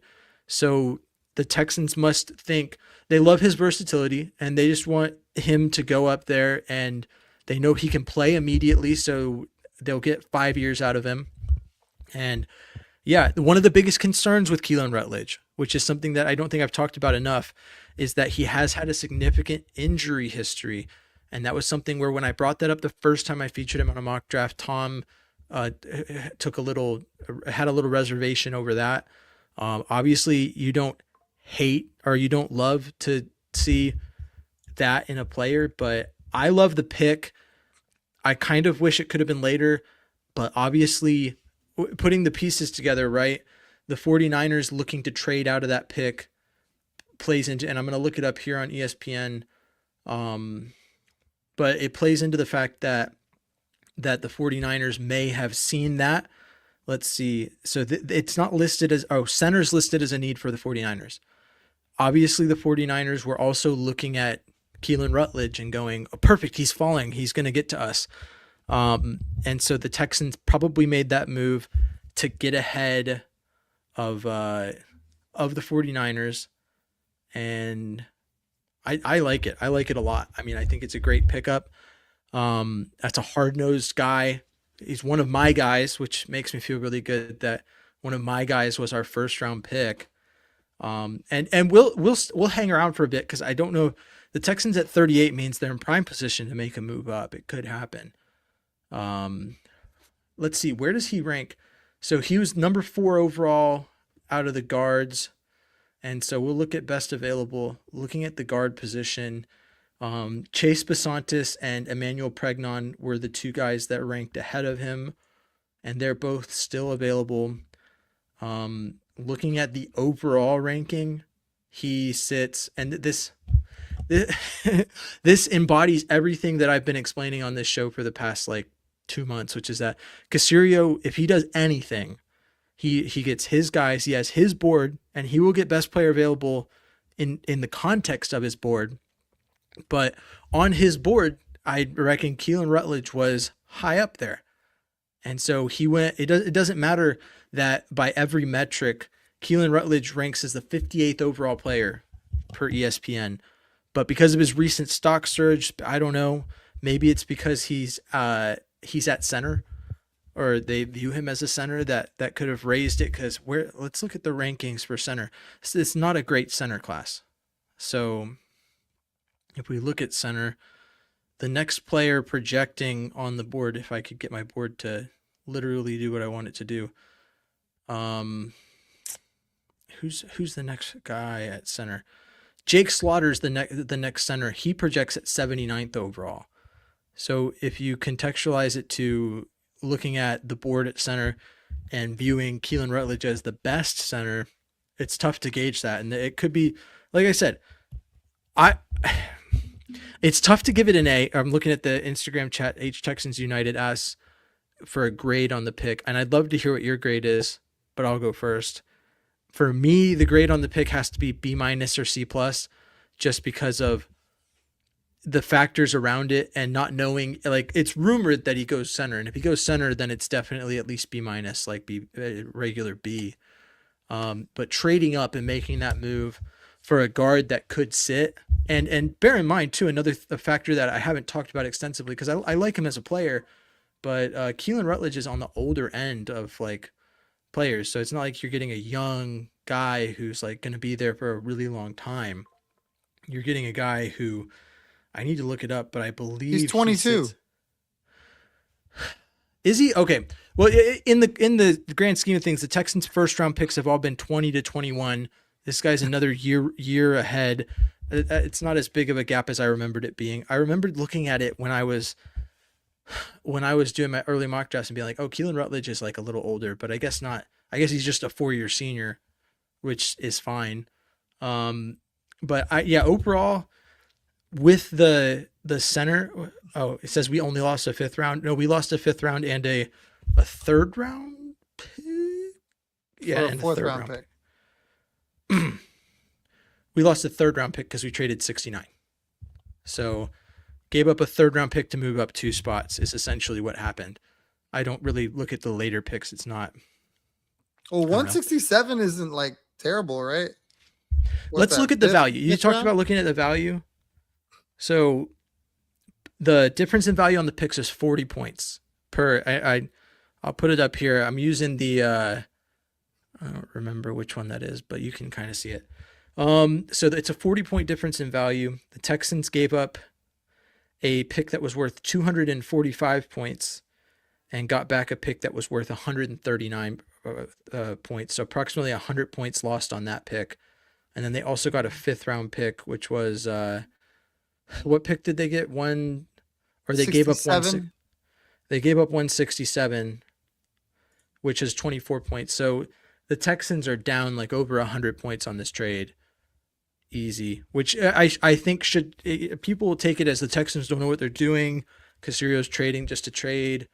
But looking at what the Niners were doing and what has happened with them since the trade went out, or since the trade happened, should show you that the Texans, and they traded out of the pick. They traded it to the Dolphins. But I think that it's a massive overpay. But I mean, the Bills knew that the 49ers had a need at center. The Texans knew the Texans have a need at center. And they thought that was their guy. They thought, I think it should speak volumes to everyone connected Jake Slaughter to the Texans, which could still be a pick. Maybe they do really like him too. And maybe they do like Keelan Rutledge as a guard. And they just want him to sit behind Wyatt Teller for a couple games before he takes over. But I think that it should speak volumes to how the Texans viewed him. If they don't take Jake Slaughter or another center in this draft, it should say that they would rather pay those picks to get Keelan Rutledge on their offensive line instead of waiting and taking a less valuable player in their eyes. So I trust it. I love the player. I'm not sure I love the trade. If we're grading the pick overall with the trade included, it's tough to give it more than a B-. If we're just looking at the player, I think B is the baseline, B+. For getting what is a need. I mean, you're bolstering your offensive line and you're getting your guy. And some people might be lower on it. Like I think PFF would probably grade this an F, but I think that it really depends. If it turns out that Keelan, and it is a little bit of a reach, and one of the things that's going to affect it is going to be does Keelan Rutledge play? People booed J.J. Watt's pick after J.J. Watt's career. Everyone's like, how could you boo J.J. Watt's pick? And it's because I'd have to look back at it, but I don't think he was graded to go that high to the Texans. It was kind of a reach. And so if after the season, Keelan Rutledge takes the job from Wyatt Teller or starts at center and is one of the best offensive linemen in the league, then we're fine. I'll tell you this. That's all. He doesn't have to be one of the best in the league. That's a stretch. But if he's serviceable and is a quality starter, I don't care where you took him. You need quality starters on that offensive line. Like, it makes sense. I'll tell you this. Tate Ratledge last season is a guy who went to the Lions later. The Texans had a couple chances to pick him. Based on the way Tate Ratledge played at left guard for the Lions, if the Texans had taken him at 25th overall instead of trading out, you'd have trouble being mad at that pick because you would have gotten a quality guard for the 25th overall pick and you'd have the 5th-year option with him. So it's yet to be seen, but I think that at this point, making a lot of assumptions, I'm going to go with a B- on it. And Tom is like, wow, James, you are a lot more optimistic and high on this than I am. What's your grade, Tom? This has got to be a C-, and that's being kind, because you took a guy in a position that you did not need, and it's not even like, to me, it's not even the best available player. It'd be one thing if you told me this is the top guy on the board, regardless of position. Then I'm like, okay, cool. You don't care where he plays. You're like, we're just gonna take a stud and we're gonna like figure it out. They took a guy that I think, it's not a bad depth piece. If you'd have taken him at 38, I'd feel differently. If you'd have taken him at, what is it? What is the next pick after 38? 50 something? I don't have their picks in front of me. The next pick is 59. 59 Yeah, is the next pick. If you took him at 59, I'd be okay with that. Like, I don't know if they knew for a fact that San Fran was looking at him and they were just guaranteeing they got their guy, which again is something that you did throughout your mock draft process, which is fine if it works. These are the kind of moves that get critiqued heavily in hindsight, because there's a good chance that there is going to be a player that gets drafted after him that will be looked at like, wow, wouldn't it be great if the Texans took him? And you don't know that, you know what I mean? The dude could be a stud, and it was like he was the top of the board, and everybody could have picked him, and he was passed on, and but the Texans took, the 7th offensive lineman, and what do you say to that? You go, yeah, it was a bad pick, and Nick Caserio messed it up. On the other hand, if I want to be optimistic, you can never have enough offensive line depth, because we've seen guys get nicked up and hurt and this and that. Wyatt Teller's an older dude. That's something that has to be thought about. He could get hurt. He hasn't played a full season in the last couple seasons, I believe. So if that happens, you got a guy ready to go. I don't love that he's got injury concerns too. Like that can't be our first round pick gets hurt. Injuries do happen, but you would hope that you try to like avoid them when possible. And knowing that a guy's got a history, it's kind of scary. To trade up for a guy with a history, it's kind of scary. To give up other draft capital, there's so many ways for this to go bad. And we could be looking at it, 6 months from now or a year from now going, there was just too many ways for this to fail, where you could have had X, Y, and Z and all those guys that would have, helped your team in a different way. We talked about the edge thing, that guy has a clearer path to meaningful minutes than the 7th offensive lineman. So I hope that in the end we're going, man, James is right. This is a B-. The dude's a solid guy in the league. He's eventually going to be a starter, or he's the starter now, whatever. And it worked out. But I think best case scenario is that he starts at center right now. I think it's like anyone else since you said that. I haven't seen anyone else say that. Like Ari Myroff tweeted, he's a plug and play right guard, and he didn't even hint that there's an option to play at center. So I'll have to look it up. I'll have to look it up. I'm really hoping that becomes more of a talking point now that he's a Texan, because right now no one's talking about it. And if you drafted him to be a guard, I don't know. I think he kind of becomes like the Titus Howard of the solely interior offensive line. Like, I'd rather you waited and got Jennings Dunker. I think you still could. I think that as it stands, the Texans could get Jennings Dunker, they could get Kristen Miller, and they would be trenched up in their first 3 picks. They would be so incredibly good. You'd have your start. So here's the thing, right? We've talked about it. The biggest knock on making a selection at guard in the first round has been that you expect first round talent to contribute immediately. So with that, and why Rutledge instead of Lomu? Because Lomu's a tackle. The Texans don't need a tackle. They've got 5 of them on the roster, and 3-4 starting level tackles are on that roster. 2 of which were drafted in the second round within the last 2 years. I don't get why it's such a huge question of why they went interior offensive line, but they did. And I think that, like I said, if he starts at center immediately, this is a home run pick unless he sucks. But if he's a starter, you're now doing this thing where we look back at what we said. Should the Texans draft an offensive lineman in the first round if there's nowhere for him to break in? And that's why I saw Rutledge, the rumor news that he's center/guard wanting to go inside. I believe it was during the Senior Bowl that he took snaps at center. That might be Jennings Dunker that I'm thinking of, though. But looking at it, the only way this misses is if he is guard depth that never sees the field the entire season, in which case it would be bad, but it can still be salvaged because you've got a young guy who would then go in next season after Wyatt Teller, ideally, and play quality guard. But guard's just not a position that you sit there. It's not like the Chiefs did with Patrick Mahomes, where you draft a guy and sit him behind a already good starting quarterback and just wait, at least not with your first pick. So, but I like 13 Ty Simpson. Yeah, right. I mean, it's the same thing. It's the exact same thing that the Chiefs did.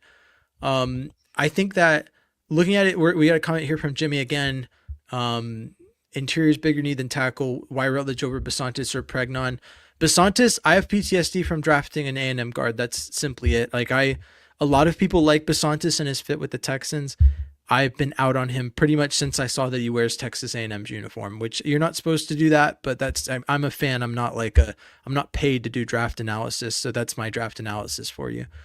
Pregnon's a little older. That was always the knock on him. And the Texans consistently have drafted, oh, look, Peter Woods is off the board. A lot of people are not going to like that. I hope Kristen Miller makes it to 38. I would love to see that. This would be an excellent first 2 picks in my eyes if that's how it goes down. They got all my guys. All my guys, which means that I am in tune with what Nick Caserio and D'Amico Ryans want for this team, which is friends. Great. Besties for the resties, you know.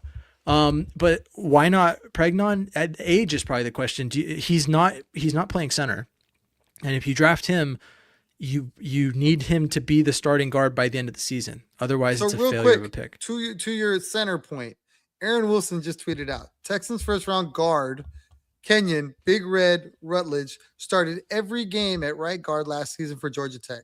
Allowed 0 sacks, 6 quarterback hurries last season. At no point did he say anything about the idea of moving in. And I'm gonna look back. Braden Smith, current right tackle for the Texans. You know how many games he started at right guard at the college level and how many games he started at right tackle at the college level before he got to the pros? Because he started all of his games at guard at the college level. He did not start at tackle at all, and now he is at this point the starting tackle for the Texans. So he's done a lot of things at the college level. Jennings Dunker started most all of his games at right tackle, and he is viewed as a guard. It is not unheard of to see a player change positions at the pro level due to what a team needs or what fits him better. I mean, I think that, like I said, they could view him as a guard. The Texans could be like, we really like, Keelan Rutledge, and we want him to eventually start for us at guard. Is it a plan that a lot of people are going to like? No. Watching him sit on the bench for the full first season, if everyone's healthy and everything is fine, is not going to be anyone's favorite thing.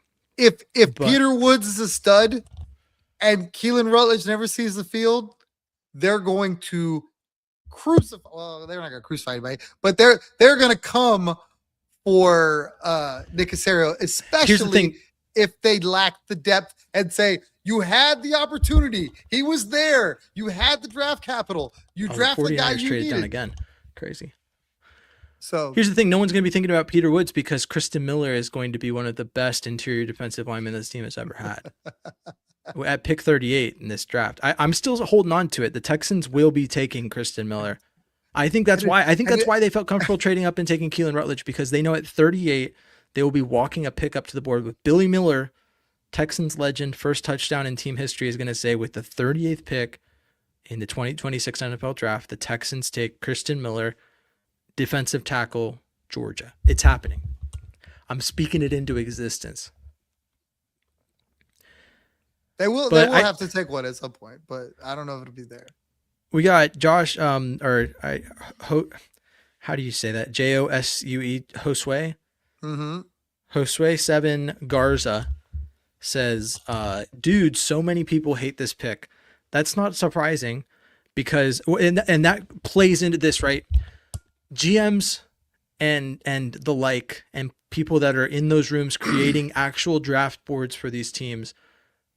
It was already rumored leading up to this that Keelan Rutledge's stock was rising in those rooms. And what matters is that those guys, the 49ers and Texans, got into a bidding war on who was going to make that pick. And the Texans, we don't know. We think because they traded out. Is what we think. The 49ers have already traded down twice because they just don't like what's there at that pick, because they were hoping Keelan Rutledge would fly under the radar and fall straight into their arms is what we were guessing. They could have been like the Texans going, hey, there's nothing we like here, and we're just going to keep getting capital, because they've got some holes too. Exactly. So like they're playing their game. There's 2 picks left in the first. This will be probably our last discussion unless the Texans trade into one of those picks. But looking at it, I mean, I think the Texans are in prime position. Is it a reach relative to what PFF put out there, relative to what other mock draft simulators put out there? Sure. there are players that I've used this example. I beat it to death. It's been dead for years now, and I've still continued to use it as a comparison. But Tyler Booker went 12th overall this year. Caden Proctor went 12th overall. Those are players that were supposed to be available to the Texans at 28 because not a lot of people viewed them as players that were going to be picked up by any team between then and there. And they ended up getting picked up. It's not an exact science. Teams at the pro level have a way they view players. And in this case, Keelan Rutledge got taken 26 overall. It could be a Juice Scruggs situation where, yeah, some people thought he was good, but he was not second round pick worthy. Or it could be that the Texans and 49ers were on the same wavelength of this guy is a center at the pro level. We need that. We're going to go get him.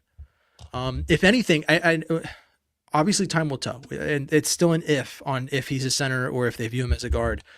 If Keelan Rutledge is a center, this should be a pick that is widely praised by every Texans fan because every Texans fan that I've spoken, or not every Texans fan, but most Texans fans that I've spoken to have been like, we should use our first 6 picks on offensive line. The offensive line needs to improve. It's the number one need. We need to fix it.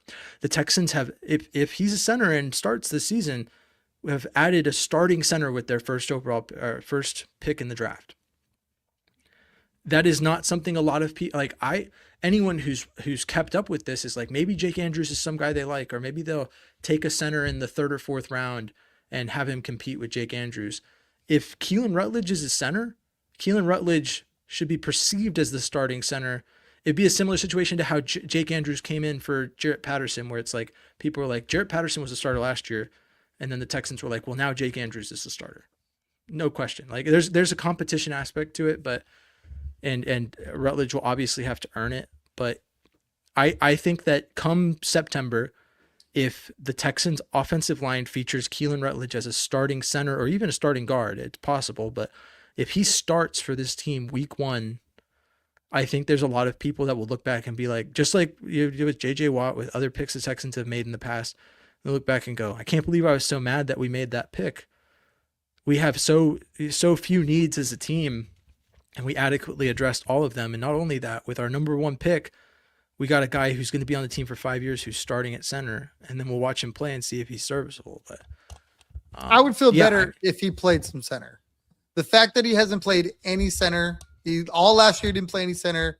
You're asking a guy whose job is to make sure that the line is on the same, in the same vein with protections, and snap the ball to CJ and not done it. So they've taken that responsibility back to CJ though. In the past, center has been the position that's managed that for the Texans, but it is CJ now. Fair. And we don't know what they're going to do this year. Maybe they take that away because it was hindering CJ. We don't know.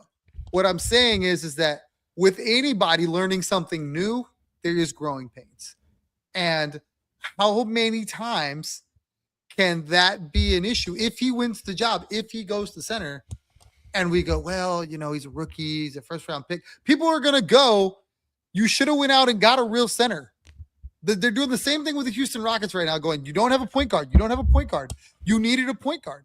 And if this is a thing where he struggles or isn't, up to par, people are going to tear this pick down. And that's the only thing I would say. He could be 100% like you're saying. The dude could be a stud. It could look amazing in 6 months. We just don't know. We just don't know. And then to be fair, it's not the same situation as the Rockets. The Rockets had their point guard, and at the last second, he tore his ACL. There's nothing they could do to address that. It's just like saying he tore his ACL before the season started. They had a whole season to replace him. They chose not to. He didn't tear it early in the offseason. What were the Rockets supposed to do? Sign a point guard off the street? They drafted Reed Shepard. They had like months to trade for one. They chose not to. And I'm okay with it. I am of the mindset that that's okay. But my expectations for the Rockets wasn't where a lot of people was. This was year 1 Kevin Durant. This was year 1 no point guard. Like, those guys were going to learn on the job. And Keelan Rutledge is going to learn on the job. But the expectations for the Texans is what? It's Super Bowl. I mean, that's where the expectations are at. And the Texans added a starting offensive lineman with their 1st round pick, which is not something a lot of people thought. you're not going to be okay with one of those offensive line positions struggling on a team that's got an amazing defense and a team that's got Super Bowl aspirations going, we left this spot to a rookie and we're in full go mode. That's the argument that's going to be Let me had. ask you this. I'm not saying it's what's going to happen. I'm saying that's the argument that's going to be had. You had an opportunity to address it. You went out and got Wyatt Teller or Braden Smith, whoever, and now you're going, well, we're going to take him out of there and we're going to put a rookie in there and he's going to be great. Could it work? Yes. Other teams have done it. Could it fail? Absolutely. And then you're going, Nick Caserio can't get it right. Yeah, I mean, I feel for you. I'll ask you this question. We both like Jennings Dunker. That is a player that took snaps at center at the Senior Bowl who did not play center at all. If this pick was Jennings Dunker, if the Texans said, that's our guy, we want him, and we get to it and they're like, well, we'll start him at center. How do you feel about that? I'm saying the same thing because you could have had him at 38. Now, if it wasn't a reach, if he was graded that way, then you're cool with it. It's easy to justify. It's easy to go, hey, this guy was, the 25th best or 28th best player on the board, and we took him and we needed him at a position. Cool. It's when you go, he wasn't graded up there. And yes, he had a good combine. And yes, he had a good Senior Bowl, but experts said he was this. It's just fuel for people to tear it down. That's all I'm saying. Yeah, I mean, it plays into the point you made, when I started explaining my guys stance, which is that it's cool to take your my guys, or your guys in the draft. It's just a matter of if they don't pan out, it's now your fault that you took your guys and didn't get the right value for the pick. In a case in which you reach on a guy, obviously. But with that, I mean, I think we can leave it at that. The first Titans round is done. The Falk went to the Titans. And it's funny too, because when you look at the trade package, that the Bills traded out back twice and they ended up with, let's see. So they picked up picks, that's the trade they made. They took our pick and immediately traded it to the Titans. So pick 69 goes to the Titans and they get 66, which is funny because that pick is the one where each of us, or at least I struggled, when I really was on the Mike Washington kick of picking him because the Titans would snipe him. Now the Titans have that pick, and who knows, maybe it could be Mike Washington Jr. But that ends the first round. We'll call it there. We're not gonna be live tomorrow, but I am gonna sometime there's a Lions show in the UK that has asked me to be on to talk Texans draft strategy. So I will be spreading my hopeless and abundant optimism about the pick to the Lions fans and over across the pond. As we talk there, I'll put out that link at some point. But thanks for tuning in and watching the draft with us. There's a good turnout tonight. We're live every week on Thursdays. Houston Stressins has been has messaged me saying he'd like to come on the show. It's been a minute, so we'll try and get him on in the next couple of weeks so that we can talk about this momentous pick. And I will certainly be talking about it a lot on Twitter once we get off here. But thank you for tuning in. As always, I've been James Roy. You can find me at James Roy NFL, wherever you get your social media. Tom is Third Coast Tom on Twitter and TC Tom 1 on Instagram. And we are the Bullpen, the #1 veteran-run Texans podcast in the entire universe. And it's been real. It's been fun. As always, stay classy, Houston. And vamos Texans.